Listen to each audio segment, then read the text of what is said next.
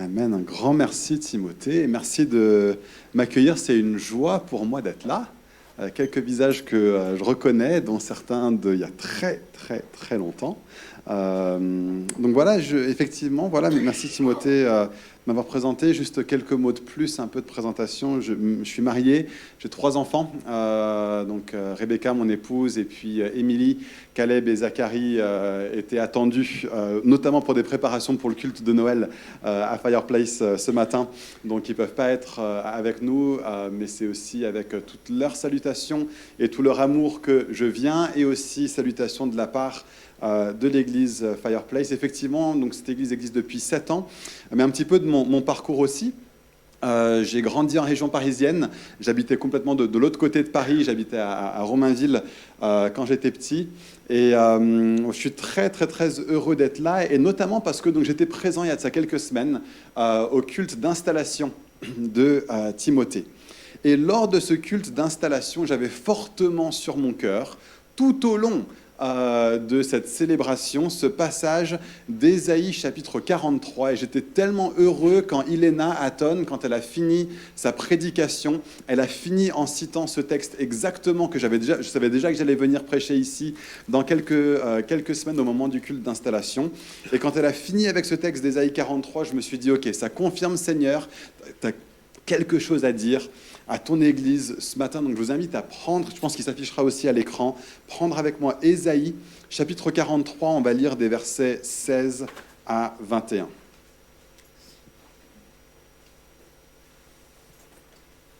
Ésaïe 43, des versets 16 à 21. Ainsi parle l'Éternel, qui fraya dans la mer un chemin, et dans les eaux puissantes un sentier, qui mit en campagne des chars et des chevaux, une armée et de vaillants guerriers, soudain couchés ensemble pour ne plus se relever, anéantis, éteints, comme une mèche. Voici ce que dit le Seigneur.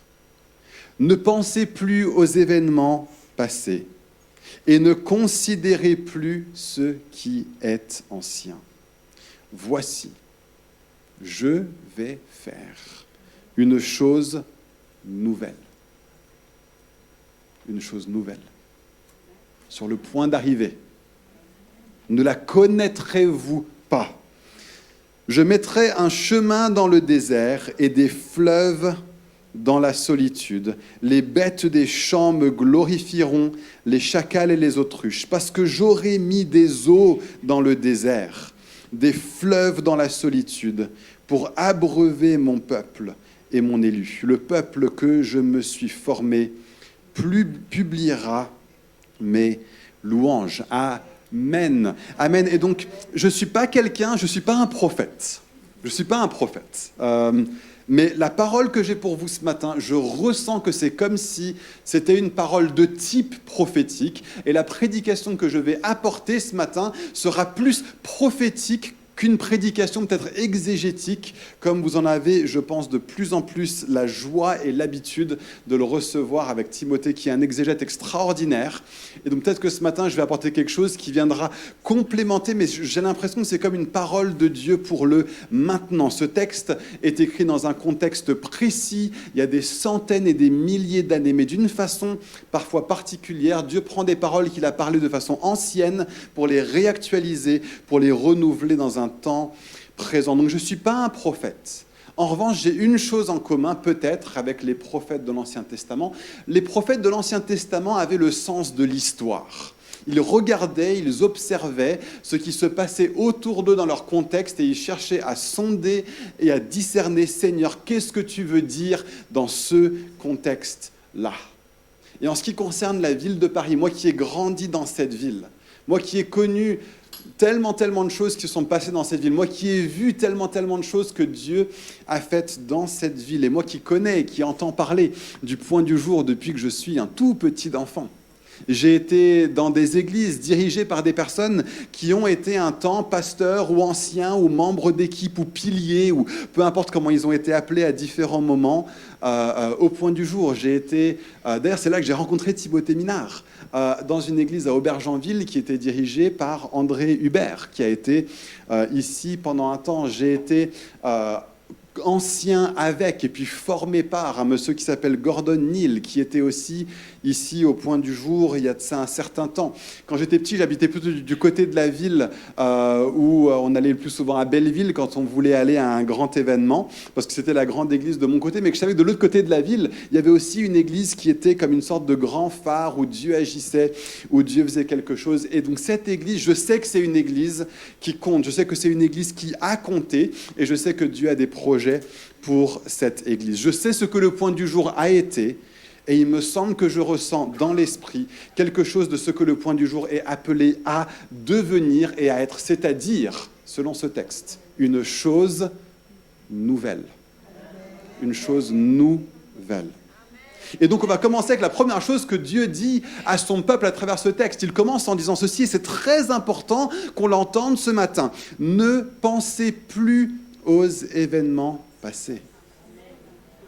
Ah waouh! Et ça, c'est pas toujours facile. Quand notre passé est beau, quand notre passé est grand, quand notre passé est glorieux, bien sûr qu'on a envie d'y penser. Bien sûr qu'on a envie d'y ressonger. Bien sûr que parfois on a même envie d'y revenir, mais Dieu dit ne songez plus aux événements passés. Quand on entend Dieu va faire une chose nouvelle, on a parfois l'impression, on veut que Dieu fasse une chose nouvelle, un petit peu comme il l'a fait avec Élisée après Élie. 2 personnes différentes, mais la même onction. 2 personnes différentes, mais le même manteau. Hein. On aimerait que Dieu refasse aujourd'hui les choses qu'il a faites hier. Sauf que dans ce texte, quand ce texte hébreu a été traduit en grec, les traducteurs qui l'ont traduit en grec ont utilisé un mot très spécifique pour dire nouveau. Il y a 2 manières de dire nouveau en grec. Il y a le mot néos, qui veut dire nouveau, mais du même type que ce qui était là avant. Comme on pourrait dire, aujourd'hui est un jour nouveau. C'est un autre jour qu'hier, mais ça reste un jour. Comme hier était un jour, aujourd'hui est un jour. Hier, aujourd'hui, c'est un jour nouveau aujourd'hui, mais c'est un néos, même type d'une chose différente. Mais il y a un autre mot qui est le mot kainos. Et ce mot kainos veut dire nouveau d'un type différent. Plus différent encore qu'un papillon ne l'est pour une chenille. C'est plutôt penser à ce que ce bâtiment a été avant et penser à ce qu'il est aujourd'hui. Il était avant un cinéma. Il est aujourd'hui autre chose. C'est quelque chose de nouveau, quelque chose de kainos qui est venu. Ce qui est fait aujourd'hui n'est pas la même chose que ce qui a été fait hier. Et donc il me semble que cette chose nouvelle que Dieu veut faire ici et que Dieu veut faire parmi vous, que Dieu veut faire dans la communauté chrétienne du point du jour, ressemble plus à la relation de David, le roi David, avec le roi Saül, que de la relation d'Élisée avec Élie. Donc comprenez-moi bien. Élisée avait la même onction qu'Élie. David était un roi tout comme l'était Saül. Mais c'était un roi d'un type tout à fait différent. Dieu a commencé quelque chose de tout à fait nouveau avec David qu'il ne l'avait fait avec Saül. Pourtant, Dieu a fait des grandes choses à travers... Bon, ça s'est mal fini avec Saül, mais ça a bien commencé. De très, très, très belles choses avec Saül. Mais quand David a commencé à être utilisé par Dieu, Saül voulait que les choses se fassent comme avec lui. Souvenez-vous quand David s'est présenté pour combattre contre Goliath. Quel était le réflexe de Saül ? Oh David, tu vas avoir besoin d'une armure. Et donc prends mon armure et mets-la sur toi. Et David a essayé. Et comment ça s'est fini ? Pas bien. Il n'était pas fait pour ça. C'était pas ça la saison dans laquelle le peuple était à ce moment-là. Ils avaient besoin d'une saison nouvelle, de quelque chose de nouveau que Dieu allait faire, d'une façon de combattre nouvelle pour un roi d'un type nouveau. Et donc David dit, je vais enlever cette armure pour prendre d'autres types d'armes, pour un autre type de ministère que Dieu veut que nous ayons aujourd'hui. Ne soyons pas de ceux qui pleurent le premier temple Parce qu'il nous semble, on a l'impression que le deuxième temple est plus petit ou moins glorieux. Vous savez, quand le premier temple a été construit, tout le monde était émerveillé, la présence de Dieu était là, c'était formidable. Et à travers diverses circonstances, le temple a été détruit et les gens ensuite, par l'action de Dieu, ont pu le reconstruire, un deuxième temple. Mais certains qui avaient vu le premier temple et qui voient le deuxième temple se disent, mais ce deuxième temple est plus petit que le premier temple. Et on le pleure et on se dit, oh, si seulement c'était comme au temps du premier temple. Et Dieu envoie un prophète qui s'appelle Agé. Et ce prophète leur dit, la gloire du second temple sera plus grande que celle du premier temple. Il faut juste que vous patientez. Il faut juste que vous patientez, mais que vous acceptiez que ce que Dieu fait aujourd'hui est différent de ce qu'il a fait hier. Ce second temple était une préfiguration de la venue de Jésus qui était le second temple ultime. Il y a une chose que Dieu fait et il y a son accomplissement. Et bien sûr, Jésus est l'accomplissement parfait et plein et total, et qu'une des choses qui marque cette nouvelle saison soit que le point du jour soit une assemblée christocentrique, centrée sur Jésus, centrée sur sa croix, où tous les cœurs sont centrés sur Jésus, tout le message concerne Jésus, toute la prédication concerne Jésus. Mais comprenez que lorsque les gens ont vu le début du second temple, ils se sont dit, c'est pas aussi bien que le premier. Mais ils avaient juste besoin de patienter, et c'est ce que les prophètes étaient là pour leur dire, persévérez jusqu'à l'accomplissement. Plutôt que de vous détourner du temple et de dire, c'était pas aussi bien que le premier, ça sert un petit peu à rien. Persévérez dedans jusqu'à l'accomplissement. Alors juste une chose, c'est pas que ce que Dieu avait commencé au point du jour s'est arrêté. Ce que Dieu commence ne s'arrête jamais. Ce que Dieu a fait dans les années 1980, 1990, etc., au point du jour, ne s'est pas arrêté. Mais parfois, Dieu continue ailleurs ce qu'il a commencé en un certain endroit. Donc, pensons à Élie et à Élisée. Élie, quand il exerçait son ministère, se trouvait à Galaad, puis se trouvait à Sarepta, puis se trouvait à Horeb. Et puis Élie a pris son manteau et il l'a mis sur Élisée, même onction, même façon d'exercer le ministère, la même chose que Dieu fait. Dieu fait la même chose, mais il veut le faire autre part. Il prend ce qu'il avait sur Élie, il le met sur Élisée. Il dit, cette même chose que j'ai commencé ici va se continuer, mais elle va se continuer autre part. C'est pas que ce que Dieu a fait ici dans les années 80 et 90, 2000, etc., 2010, j'en sais rien, s'arrête. Mais c'est que peut-être que Dieu dit, cette chose que j'ai faite, elle sera maintenant autre part. Donc Élisée, plutôt que d'être à Galaad, Sarepta et Horeb, s'est rendu à Jéricho, à Samarie et à Damas. Pas le même endroit, même si c'était la même onction. Et quand Élisée reçoit une parole de la part de Dieu qui doit apporter à Galaad, l'endroit où se trouvait Élie, c'est pas Élisée qui y va lui-même. Parce qu'il se dit, cet endroit-là, cette onction-là de Dieu, dans cet endroit-là, c'est pas pour moi. Et donc il envoie quelqu'un d'autre pour aller à Ramoth en Galade avec cette fiole d'huile pour oindre la personne qu'il devait oindre. Vous voyez, ce que Dieu commence ne s'arrête jamais. Ce qui a été vécu est bon et reste bon, et Dieu le continuera. Mais ce n'est pas la saison de Dieu pour cette Église, ici et maintenant. Parce que Dieu va faire une chose nouvelle. Donc réjouissez-vous de ce que Dieu ait agi ici par le passé, mais arrêtons de chercher à le vivre ici, parce que ce n'est pas ce que Dieu fait ici et ce que Dieu fait maintenant. Dieu a une saison nouvelle. Et vous savez, dans une saison nouvelle, ça demande des vêtements nouveaux. Quand on change de saison, on change de vêtements. On est en train de passer vers l'hiver, on commence à mettre des vêtements différents que ceux qu'on portait dans la saison précédente. Mais certains portent encore les anciens vêtements. Peut-être que certains portent encore des vêtements de pluie, s'attendant à une saison de pluie, alors qu'il faut mettre des vêtements adaptés au vent, parce que Dieu va envoyer une saison de vent. C'est pas que c'est pas Dieu, c'est juste une nouvelle saison. Ça reste Dieu. Dieu agit parfois par la pluie, parfois par le vent et par la nuée, parfois par le feu. Mais si nous ne sommes pas prêts à entrer dans la nouvelle saison que Dieu a pour nous, si on garde les vêtements de l'ancienne saison, on ne pourra pas vivre ce que Dieu fait dans cette nouvelle saison. Donc certains portent encore des vêtements de pluie, alors que Dieu veut envoyer un jour de vent. Est-ce que vous êtes prêts à changer de vêtements? Est-ce que cette Église est prête à changer de vêtements? Je vais le traduire très explicitement. Je parle en faisant référence à des textes anciens, à des histoires anciennes pour essayer de nous faire comprendre un petit peu la façon dont Dieu agit et la façon dont Dieu fait les choses. Mais je vais le dire très explicitement.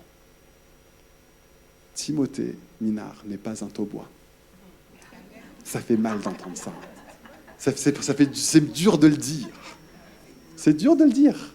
Parce que j'ai comme l'impression que je touche à une idole en disant ça. Hein? Mais soyons honnêtes. Soyons honnêtes. Dieu fait quelque chose de nouveau. Dieu fait quelque chose de nouveau. Et c'est Dieu. Et c'est Dieu qui est dedans. C'est Dieu qui est dedans.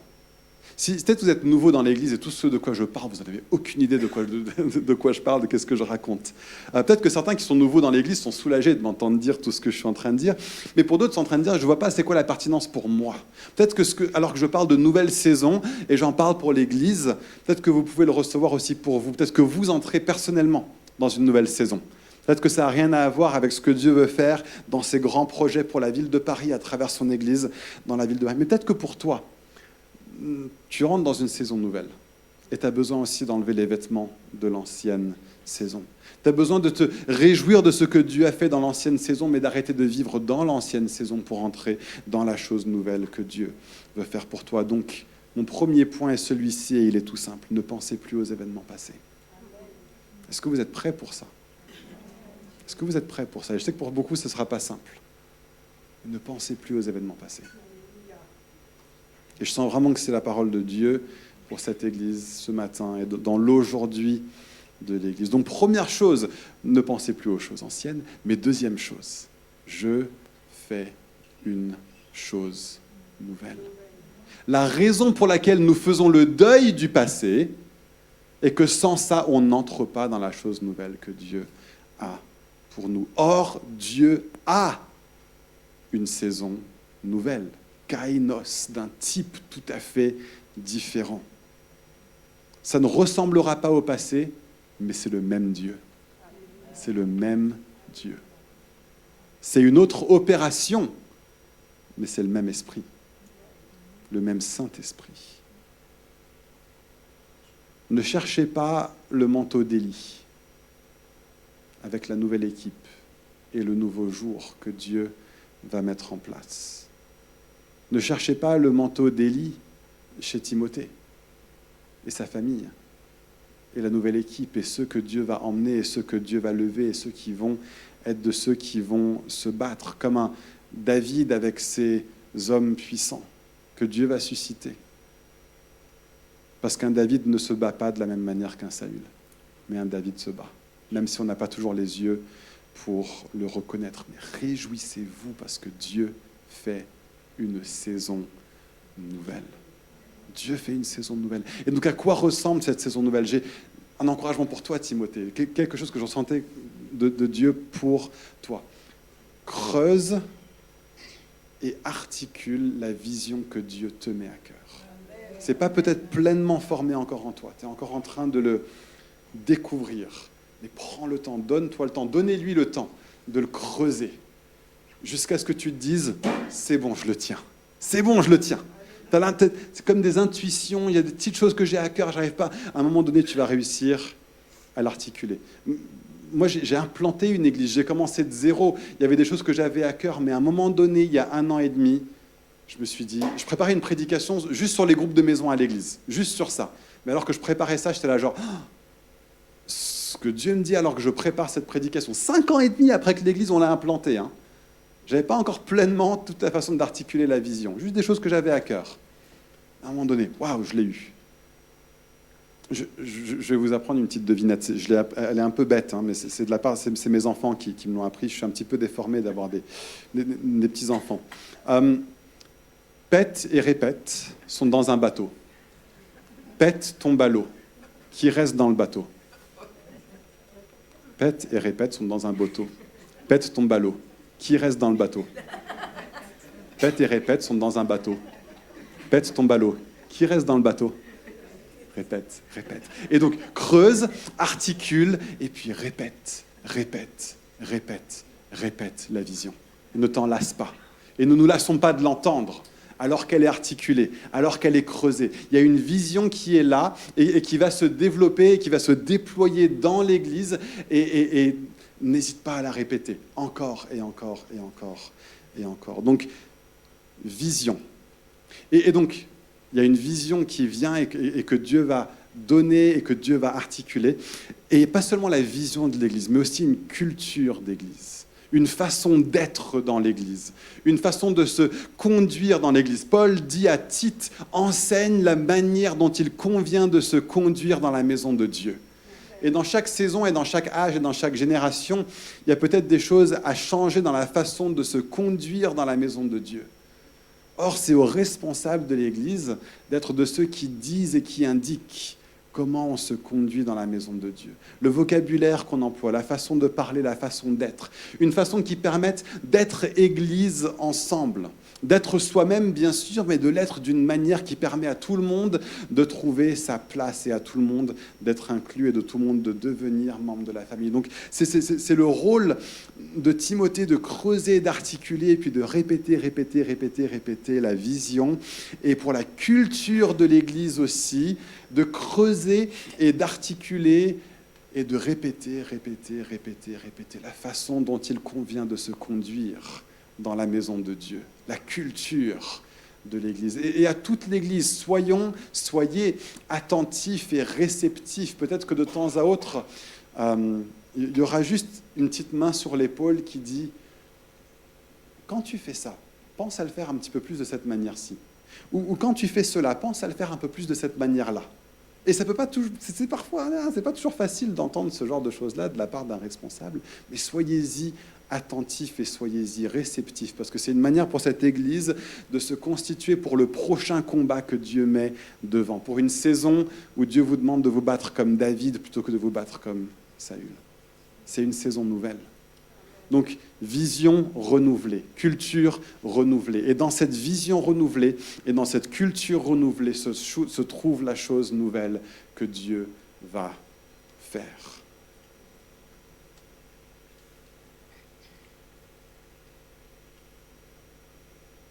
Donc, soyons à l'écoute. Et une dernière chose par rapport à cette chose nouvelle, à nouveau un encouragement pour toi, Timothée. Dirige à l'aide de cette question et cette réponse. Pourquoi et parce que. Lorsqu'il y a des choses nouvelles qui vont être mises en place. Peut-être c'est déjà le cas. Des façons nouvelles de faire des choses. Comme si le mobilier de l'Église est en train d'être réarrangé. Ce n'est pas toujours facile pour tout le monde de le recevoir et de l'accueillir et de l'accepter. Mais il y a toujours une bonne raison pourquoi un responsable fait les choses comme il les fait. Et donc, c'est important de les articuler. On ne va pas juste faire les choses parce que j'en ai envie. On va les faire parce qu'il y a une bonne raison derrière. On ne va pas juste faire les choses parce qu'on les a toujours faites. Il y a une bonne raison de les faire. Donc, dirige avec la réponse « parce que » à la question « pourquoi ». C'est très, très important que dans cette nouvelle saison, tout le monde comprenne pourquoi on fait les choses comme on les fait. Pourquoi les choses qu'on a déjà faites, on va continuer à les faire pour certaines. Et pourquoi d'autres choses qu'on a arrêter de faire pour en faire une nouvelle. Voilà pourquoi on fait les choses de façon nouvelle. Et plus on comprend pourquoi David se conduit comme il se conduit alors que c'était différent avec Saül, plus on entrera tous dedans et on pourra devenir ensemble, vous pourrez devenir ensemble une armée puissante. Les hommes forts qui vont voir Dieu faire des exploits à travers vous. Et donc maintenant, pratiquement, concrètement, comment est-ce qu'on entre dans la nouvelle saison? Quelles sont les choses à faire pour entrer dans la nouvelle saison? C'est bientôt Noël. Et vous avez déjà eu parfois des moments à Noël où vous saviez quel était le cadeau que vous alliez avoir. Il y a une attente, il y a une expectative. C'est sympa, j'ai hâte d'être le 25, mais je sais ce que je vais recevoir. Parce que papa et maman me l'ont déjà dit, ou parce que mon mari ou mon épouse me l'a dit. Et c'est sympa. Mais c'est autre chose quand on ne connaît pas encore le cadeau qu'on va recevoir. Il y a une attente plus grande encore. Peut-être un petit peu de trépidation. Je ne sais pas qu'est-ce que je vais recevoir. Souvenez-vous quand vous étiez petit, quand vous étiez petite. Qu'est-ce que je vais avoir pour Noël? J'espère vraiment que ce sera ça. Mais peut-être que ça ne le sera pas. Peut-être que ce sera autre chose. Peut-être que ce sera encore mieux que ce que j'espérais. Peut-être que je n'ai même pas pensé à la chose à laquelle mes parents ont pensé pour m'offrir. Et ce qui se passe, c'est que parfois, on peut se dire, je sais ce que Dieu va faire demain, en présumant que c'était la même chose que ce qui a été fait hier. Vous savez que c'était un petit peu le cas pour les pharisiens quand Jésus est venu. Quand Jésus est venu, ils attendaient tous le Messie. Mais ils sont passés à côté de Jésus parce qu'ils avaient une attente trop figée et trop fermée de ce à quoi le Messie devait ressembler. Et c'était différent de ce à quoi ils s'y attendaient. Venons dans cette nouvelle saison avec l'esprit grand ouvert à ce que Dieu va faire. Soyons dans l'attente de ce que Dieu va faire et ne venons pas avec nos présupposés, nos préconceptions de comment ça doit être fait. Ce sera peut-être bien différent. Mais si c'est différent et que ça vient de Dieu, c'est que c'est encore meilleur que ce à quoi on s'attendait. Les pharisiens ne s'attendaient pas à ce que Jésus soit ce qu'il soit. Mais si, comme Nicodème, ils avaient eu les yeux pour voir ce que Dieu était vraiment en train de faire, ils se seraient réjouis de tout leur cœur. Ils se seraient réjouis de tout leur cœur parce qu'ils se seraient rendus compte, c'est pas juste pour nous libérer des Romains que Dieu est venu. C'est pour nous libérer d'un poids tellement plus grand, d'un fardeau tellement plus grand. Jésus était venu pour leur apporter la liberté totale. Et ce que Dieu fait est bon. Et quand Dieu agit, c'est une bonne chose, même si ça ne ressemble pas à ce à quoi on s'attend. Attendons-nous à Dieu. Et donc, quelles sont les postures qu'il demande de votre part? J'ai 6 mots. Pour vous aider à vous en souvenir, les 3 premiers vont juste être dans un ordre alphabétique, F, G, H, d'accord? Et les 3 autres vont tous commencer par la même lettre, P, P, P. Je n'ai pas réussi à faire F, G, H, I, J, K, L, M. Je n'ai pas réussi à faire ça. Mais on peut au moins faire E, F, G, H. Quand je ne commence pas par A, je n'arrive pas à faire l'alphabet en entier. F, G, H dans un ordre alphabétique et après P, P, P. D'accord? Donc le premier, F, foi. Abordez cette nouvelle saison avec foi. Dieu va faire quelque chose. Lisez ce qui est dit dans Ésaïe 43. Je mettrai un chemin dans le désert. Voilà ce que Dieu va faire. En ce lieu, avec vous, parmi vous, Dieu va mettre un chemin dans le désert. Waouh! Ayez foi en ça. Je mettrai des fleuves dans la solitude. Les bêtes des champs me glorifieront, les chacals et les autruches. Dieu va faire ça. De quoi ça parle? Ça parle de personnes qui aujourd'hui sont mortes à Dieu, ne connaissent pas Dieu, ne connaissent pas Jésus, mais qui vont revenir à la vie. Ils vont revenir à la vie, ils vont découvrir Jésus parmi vous. Voilà ce que Dieu va faire dans ces temps à venir, une saison de conversion, une saison où le baptistère sera utilisé et le sera de façon fréquente. Parce que j'aurai mis des eaux dans le désert et des fleuves dans la solitude pour abreuver mon peuple, mon élu. Une église dans laquelle vous allez être nourris par le pain de la parole, par l'exégèse sérieuse et appliquée de la Bible semaine après semaine. Ce sera une nutrition, une nourriture, ce dont cette église a besoin. Le peuple que je me suis formé publiera mes louanges. Ce sera une saison où Dieu sera exalté par l'expression de la louange qui va sortir une fois de plus de ce lieu. Donc foi, ayez foi en avance pour ce que Dieu va faire. Placez votre confiance dans le Dieu qui agit. Donc foi. Deuxième chose, générosité. Ça englobe tellement de choses. Oui, ça englobe l'argent. Ça, c'est une chose, mais j'ai encore plus en tête d'autres choses au niveau de la générosité. J'ai en tête la générosité au niveau de votre temps. Cette nouvelle saison va demander de votre part une générosité en termes de temps, une générosité en termes d'engagement, une générosité même pour certains au niveau de votre place ou de votre ministère dans l'Église, de pouvoir dire ce que moi j'ai toujours fait, qui est peut-être même un petit peu ma chasse gardée, eh ben, je vais le partager avec d'autres personnes. Pourquoi ? Parce que demain, alors que le désert reverdit, alors que la solitude devient de moins en moins grande, que cette salle se remplit de plus en plus, eh ben, il y aura de plus en plus de monde qui seront doués musicalement, par exemple. Peut-être que d'un groupe de louanges, vous passerez à 2 groupes de louanges. Et ceux qui ont l'habitude de jouer toutes les semaines, eh ben, ce sera 1 fois sur 2. Mais c'est une bonne et une profondément bonne chose. Pourquoi ?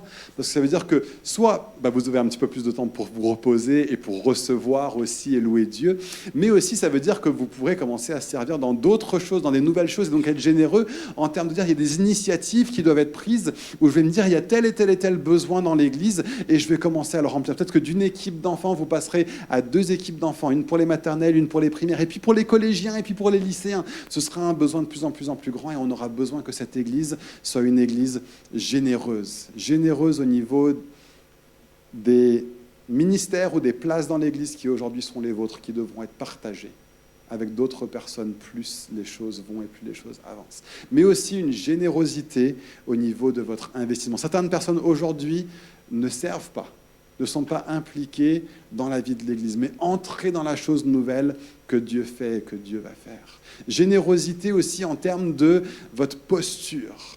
Généreux pour vous dire, je viens au culte et je viens à l'heure. C'est un problème pour tout à Paris. Mais en vrai, on arrive à arriver à l'heure pour d'autres choses que pour le culte. Pourquoi est-ce qu'on n'arrive pas à arriver à l'heure pour le culte ? C'est pas si difficile que ça. Si on se dit, OK, j'arrive 15 minutes en retard, et ben, du coup, je me demande à quelle heure est-ce que je suis parti de chez moi. Et ben, je pars 15 minutes avant. Voilà. Et on arrive à l'heure. Waouh ! Et on arrive à l'heure et on vient et on prend les places de devant parce qu'on connecte avec ce que Dieu fait avec foi dans cette nouvelle saison. Donc, foi et générosité, une générosité de disposition. On est participant et on est partie prenante de la vision. Foi, générosité. 3e chose, hospitalité. Hospitalité, parce que si les fleuves coulent et si les déserts reverdissent et si la solitude s'en va et que ce lieu accueille de plus en plus de nouvelles personnes, on peut voir ces nouvelles personnes comme des menaces. Oh ouais, mais ils ne sont pas comme les autres qu'on a l'habitude d'avoir, on les connaît moins, on a moins de repères. Ou bien on peut se dire hospitalité, cette maison est là, les bras grands ouverts, pour accueillir et pour inviter chaque nouvelle personne qui vient. Et pas seulement dans ce lieu, mais dans nos maisons individuelles. Que nos tables, même si vous vous dites, mais c'est trop humble chez moi, ou j'ai pas assez à donner, inviter quelqu'un chez soi pour juste prendre un café parle tellement fort à une nouvelle personne qui arrive dans une église. Être de ceux qui vont dire, je ne vais pas seulement aller parler aux personnes que je connais, mais je vais aller repérer qui est la personne nouvelle. Et c'est à elle que je vais parler en priorité. Hospitalité. Peut-être qu'il y a des équipes de plus en plus de gens qui vont se dire, mais moi je vais être la première, je vais arriver à 9h15 pour que chaque personne nouvelle soit accueillie avec un grand sourire par une personne qui est là. Donc foi, générosité, hospitalité. Entrez là-dedans et soyez, incarnez vous-même toutes ces choses. Donc FGH, foi, générosité, hospitalité. Et puis 3 P. La première, patience. Patience. Pourquoi ? Parce qu'une nouvelle saison prend du temps pour s'installer. À partir du 21 juin, c'est pas dit qu'il fasse beau tous les jours. Par contre, arrivé au 21 juillet, on sait que c'est plus ou moins normal qu'il fasse 30 degrés tous les jours. Et parfois, en juin, on a des jours où il fait 15, où il y a de la grisaille et où il pleut. C'est normal. Une saison prend du temps pour s'installer. Donc, patience. La nouvelle saison prend du temps pour s'installer. Et c'est normal. Mais ça demande que chacun dans l'Église se mette derrière ce que Dieu fait, ce que Dieu va faire. 2e P. Passion. Passion. Qu'est-ce que c'est que la passion ? La passion, c'est un mélange extraordinaire de 2 choses. La passion, c'est d'abord de l'enthousiasme et de la joie et de la vie. C'est comme une bouteille de badois, ça pétille, la passion. Ça pétille. Donc il y a un enthousiasme qui est là. Mais on connaît des personnes très enthousiastes un jour, mais qui demain ne le sont plus. Parce que les choses ne sont pas faites comme elles le veulent, ou parce que ceci, ou parce que cela, parce qu'il y a X et Y raisons qui font que, un peu comme un feu de paille, ça brûle très fort, ça brûle très haut, et puis au bout de 10 jours, la passion n'est plus là. Ah, j'ai trop envie de faire telle et telle initiative, est-ce que je peux ? Oui, tu peux. 2 semaines plus tard, Oh, j'ai trop envie de faire telle et telle initiative. Mais est-ce que tu m'as pas parlé de l'initiative A? Qu'est-ce qui est devenu de celle-là? Non, non, non, en fait, finalement, c'est l'initiative B. Ça, c'est pas de la passion, c'est juste de l'enthousiasme. C'est de la surexcitation.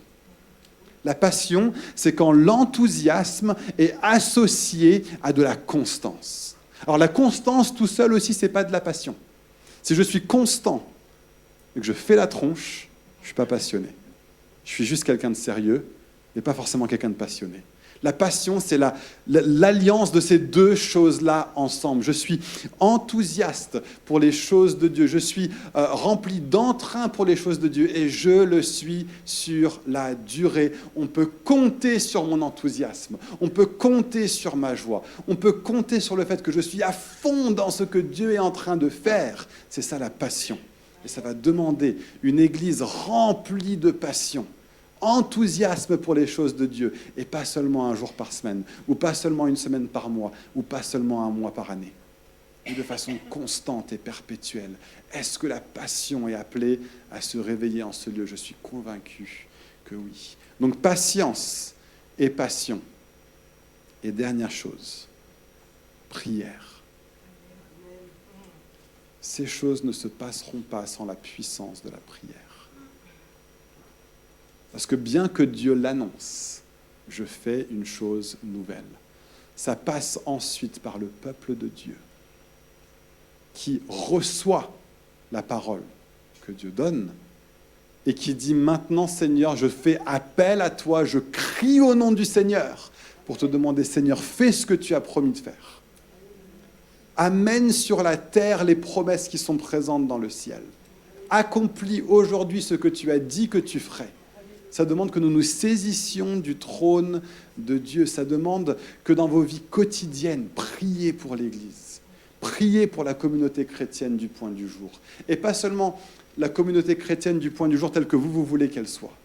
La communauté chrétienne du point du jour telle que Dieu veut qu'il le soit. Que ta volonté soit faite sur la terre comme au ciel. Que ce soit lui et sa façon et la manière dont il le construit dans cette nouvelle saison. Si Dieu a un jour nouveau pour cette Église, alors priez et priez et priez, individuellement, mais aussi collectivement.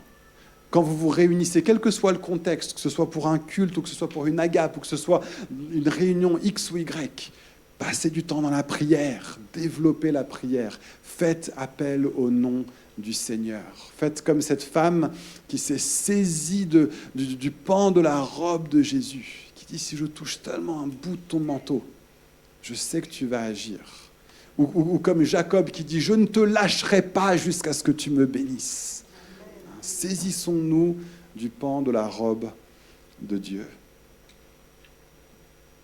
Si vous avez une réunion de prière, vous avez une réunion de prière? Ouais. Que ce ne soit pas juste les 5 ou 10 même à chaque fois. Tous ensemble en Église, ça demande de prier. Ça demande de prier, ça demande de venir ensemble et de dire « Seigneur, c'est en toi que je place ma confiance. C'est en toi que je place ma confiance. » Parce que si les projets de Dieu sont ce qu'ils sont, alors nous sommes bien trop impuissants pour les vivre. Mais si les projets de Dieu sont ce qu'ils sont, lui est puissant pour les faire subvenir. Et donc la prière est nécessaire. Donc foi, générosité, hospitalité. Patience, passion et prière. Foi, générosité et hospitalité. Patience, passion et prière. FGHPPP. Prions. Seigneur, je te remercie parce que tu as le sens de l'histoire. Tu sais ce que tu fais. Et tu as des projets et des plans pour ton Église sur la terre. Et tes projets sont oui et amen, des projets de paix et non de malheur. Et nous voulons dire oui et amen à tout ce qui est sur ton cœur, Seigneur. Trouve-nous prêts. Trouve-nous prêts à entrer dans tout ce que tu as en réserve pour nous. Je te demande que tu donnes toujours plus, Seigneur, par ton esprit, de vivre le kainos que tu as pour cette Église. Je te demande, Seigneur, dès maintenant, cette saison qui est déjà en train de venir. Je te demande que tu accélères l'arrivée de cette saison. Envoie une vague nouvelle de ton esprit, Seigneur Dieu, comme elle n'a jamais été connue jusqu'ici. Une opération différente, mais le même esprit. Viens, Seigneur. Viens, Seigneur, remplis ton Église. Manifeste ta gloire, Seigneur. Quelle joie de voir ta gloire se manifester au milieu des nations de la terre. Quelle joie de voir ton royaume venir au milieu des royaumes de ce monde. Je te demande, Seigneur, une nouvelle saison de réveil, ici à Paris, pour chacune des églises. Je te demande, Seigneur, que tu donnes au point du jour de rentrer dans ce que tu as pour eux dans cette nouvelle saison. Au nom de Jésus. Amen. Amen.